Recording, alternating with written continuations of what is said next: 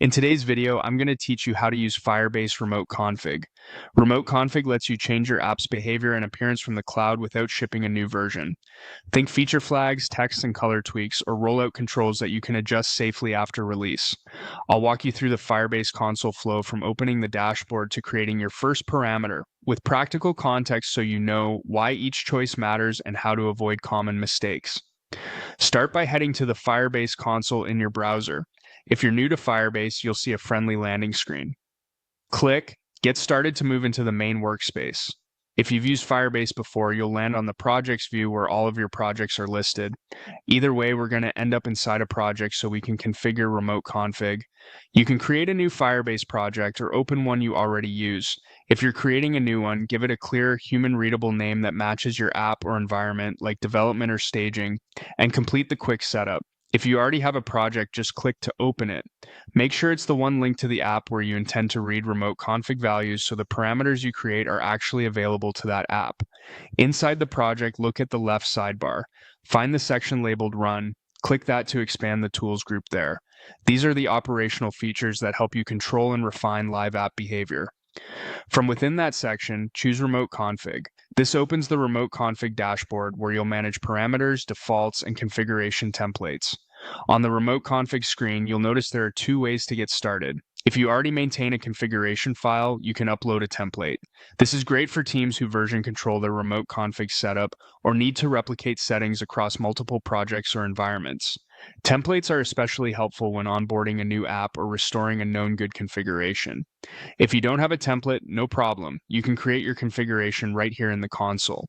To create it directly in the console, click Create Configuration. This opens a guided form where you'll define your parameters. Think of a parameter as a name setting your app can read at runtime. You can add one parameter or many, but we'll start with a single clear example to understand the structure. First, provide the parameter name, also called the key, and then choose its data type.